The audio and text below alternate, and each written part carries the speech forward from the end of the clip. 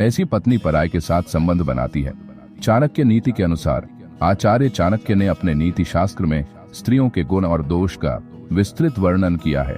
वे ये बताते हैं कि यदि किसी पुरुष को जीवन में सफलता चाहिए, शांति चाहिए और सुख चाहिए, तो उसे सबसे पहले अपनी पत्नी के स्वभाव को पहचानना चाहिए, क्योंकि पत्नी का चरित्र और आचरण ही घर का भविष्य तय करता है। एक पत्नी अगर सदाचारी, धर्मपरायण और सच्ची है तो घर में लक्ष्मी का वास होता है। पर अगर वही पत्नी पराये पुरुष से संबंध बनाती है तो घर का विनाश निश्चित है। चाणक्य नीति में कहा गया है कि ऐसी स्त्री जो अपने पति के विश्वास को तोड़कर पराये पुरुष से संबंध रखती है, वह न केवल अपने पति को बल्कि पूरे परिवार को अपमानित करती है। उसके कारण घर की शांति नष्ट हो जाती है, धन धीरे धीरे खत्म होने लगता है और समाज में मान सम्मान चला जाता है। चाणक्य का यह स्पष्ट कथन है कि ऐसी स्त्री का संग करना मृत्यु के समान है, क्योंकि उसका प्रभाव केवल एक व्यक्ति तक सीमित नहीं रहता बल्कि पीढ़ियों तक चलता है। भगवान कृष्ण ने गीता में कहा है कि स्त्री का धर्म है पवित्रता और निष्ठा। जिस स्त्री में यह गुण नहीं, उसका जीवन व्यर्थ है। कृष्ण ने यह भी कहा कि जब धर्म नष्ट होता है, जब नारी का चरित्र पतित होता है, तब समाज का पतन होता है। इसलिए किसी भी घर में अगर पत्नी पराये पुरुष की ओर आकर्षित हो जाए तो वह घर धीरे धीरे विनाश की ओर बढ़ जाता है। चाणक्य नीति में यह भी लिखा है कि ऐसी स्त्री के घर में कभी लक्ष्मी का वास नहीं होता। भले ही वह धनवान क्यों न हो, धीरे धीरे उसका धन खत्म हो जाता है। वह स्त्री अपने पति को अपमानित कर समाज की नजर में गिरा देती है। वह बच्चों को सही संस्कार नहीं दे पाती और आने वाली पीढ़ी कमजोर हो जाती है। यही कारण है कि चाणक्य ने कहा है कि ऐसी पत्नी का संग करना आग को छूने जैसा है। जो पुरुष समझदारी से काम लेता है वह ऐसी स्त्री से दूरी बनाता है। वास्तु शास्त्र भी यही कहता है कि घर में स्त्री का चरित्र ही वास्तविक ऊर्जा का स्रोत है। अगर स्त्री का मन पवित्र है तो घर में सकारात्मक ऊर्जा का प्रवाह होता है। अगर उसका मन अपवित्र है तो घर में कलह, बीमारी और दरिद्रता आती है। स्त्री को घर की लक्ष्मी माना गया है, पर यदि वह पराये पुरुष में रुचि ले तो वह लक्ष्मी नहीं बल्कि अलक्ष्मी कहलाती है।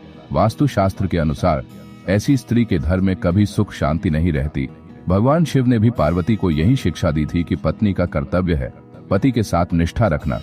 पत्नी यदि अपने पति के अलावा किसी और में आसक्ति दिखाती है तो वह महापाप है। शिव जी स्वयं योगी है, लेकिन वे भी गृहस्थ जीवन जीते हैं। उन्होंने हमें यही संदेश दिया कि विवाह केवल शरीर का बंधन नहीं बल्कि आत्मा और धर्म का बंधन है। जो पत्नी इस बंधन को तोड़ती है वह स्वयं भी पाप की भागिनी होती है और अपने पति को भी पाप में डाल देती है। चाणक्य नीति कहती है कि ऐसी स्त्री से पुरुष को सावधान रहना चाहिए, उसके संकेत पहचानने चाहिए।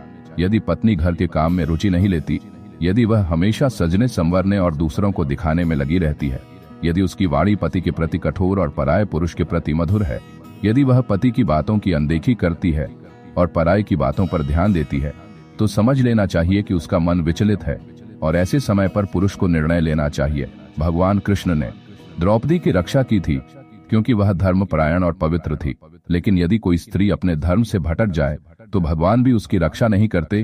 यह सत्य है कि नारी शक्ति है, वह माँ है, वह लक्ष्मी है, पर जब वही नारी अपने धर्म को छोड़ देती है तो वही शक्ति विनाश का कारण बन जाती है। महाभारत में गंधारी ने अपने पति के प्रति निष्ठा दिखाई और पूरे जीवन अपनी आंखों पर पट्टी बांधी। यह पत्नी के धर्म का सर्वोत्तम उदाहरण है। परंतु इतिहास में ऐसी स्त्रियां भी मिलती हैं जिन्होंने मोह और स्वार्थ में आकर परिवार का नाश किया। चाणक्य ने नीति में कहा है कि पत्नी अगर पवित्र है तो वह पति के लिए वरदान है, पर यदि वही अपवित्र हो तो वह जहर से भी खतरनाक है। ऐसी स्त्री न केवल अपने घर को बल्कि पूरे वंश को डुबो देती है। इसीलिए चाणक्य सलाह देते हैं कि हर पुरुष को विवाह से पहले और विवाह के बाद भी स्त्री के स्वभाव को परखना चाहिए। अगर वह पत्नी धर्म के प्रति सच्ची है तो जीवन सफल है। अगर वह पराई आसक्ति रखती है तो उससे दूरी बनाना ही सबसे अच्छा है। वास्तुशास्त्र यह भी कहता है कि पत्नी ही घर का वास्तविक आधार है। यदि पत्नी का आचरण ठीक नहीं है तो घर की दीवारें भी कमजोर पड़ जाती हैं। पति कितना भी बड़ा विद्वान या धनवान हो, अगर पत्नी पराई है तो उसका सब नष्ट हो जाता है। घर का मुख्य द्वार टूटा हो तो चोर आसानी से अंदर आ जाते हैं। उसी तरह पत्नी का चरित्र टूटा हो तो पाप और अपमान घर में प्रवेश कर जाते हैं।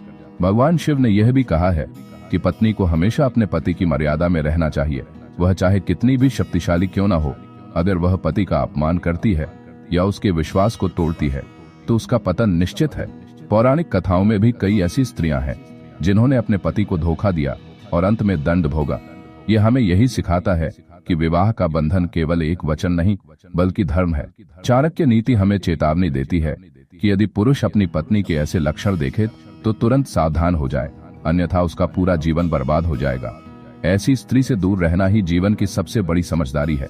वह स्त्री चाहे कितनी भी सुंदर क्यों ना हो, चाहे कितनी भी मोहक क्यों ना हो, लेकिन अगर वह पराये पुरुष में रुचि रखती है तो वह घर के लिए विनाशकारी है।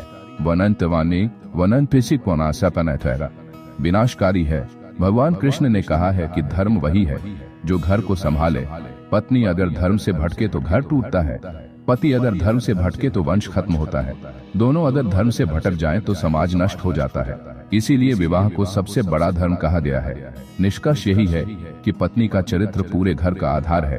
अगर पत्नी धर्मपरायण है, निष्ठावान है और पति के साथ है तो वह लक्ष्मी है, पर यदि वह पराये पुरुष में रुचि रखती है तो वह विनाश की जड़ है।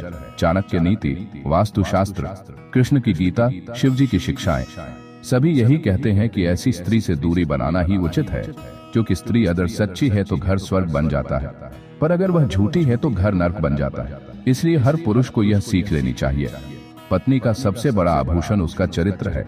यदि उसमें दोष आ जाए तो वह पत्नी नहीं बल्कि अपमान और विनाश का कारण है। चाणक्य नीति का यह संदेश आज भी उतना ही सत्य है जितना हजारों साल पहले था।